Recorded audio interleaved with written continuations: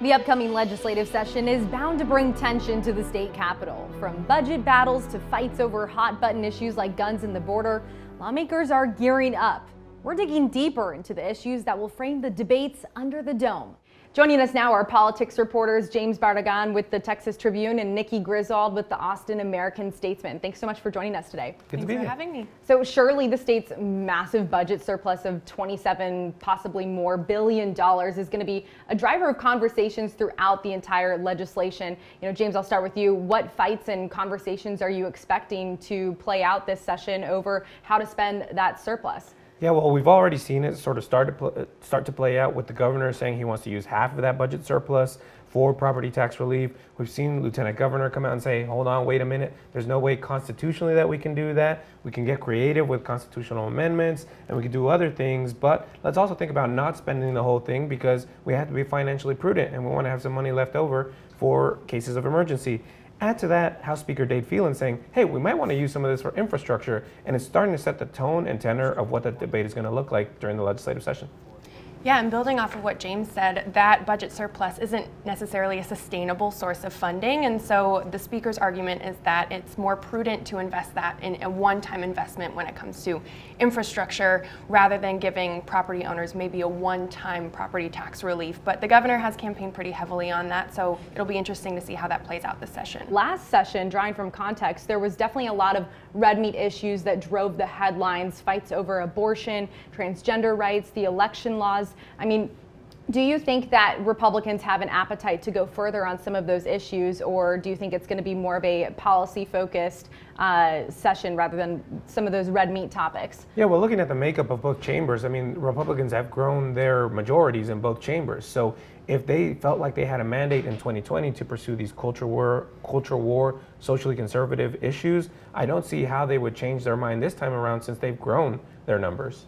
Yeah, and if we're just going off of a lot of these Republicans' campaigns, stump speeches, I have seen a lot of them focus on LGBTQ issues and tackling that this session, defining including the definition of child abuse to include providing gender-affirming care to transgender students, restricting how teachers can talk about race and sexism and gender identity in the classroom. I think those are culture war issues that will be top of mind for Republicans this session. Another issue that's already taking shape, I know, Nikki, you and I have both reported heavily on, was the mass shooting in Uvalde. I mean, how much do you expect the conversation to be more on guns versus mental health based on what Texas has done in the past following other mass shootings?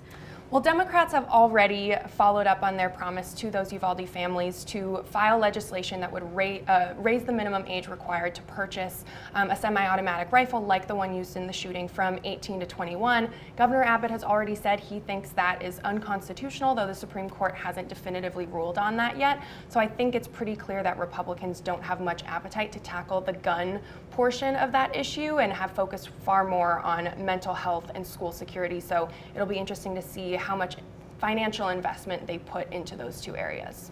Do you think there's more to be done on the hardening of schools and other mental health resources? We saw them put, $100 million or so toward education in response to Uvalde. Do we expect more of that with the surplus in mind?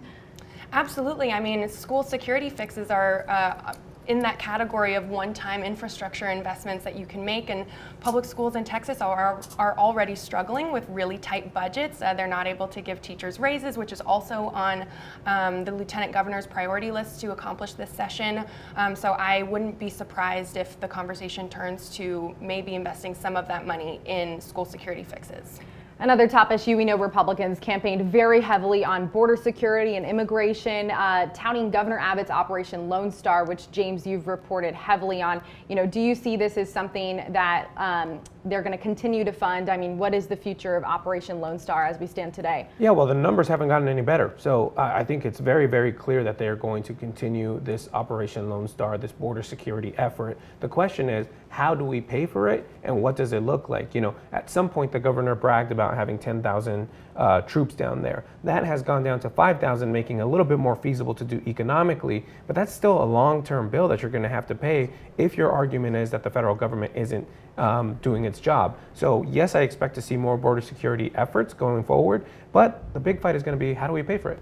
Yeah, and I mean, the governor had said if Congress takes back, or if Republicans take back Congress rather, that he would maybe be open to stopping Operation Lone Star. But given how that shook out in those midterm races and, split Congress, we still have a Democrat as president. Do you think really Congress is going to move towards some real education reform and then maybe open the door to Texas kind of pulling back a bit?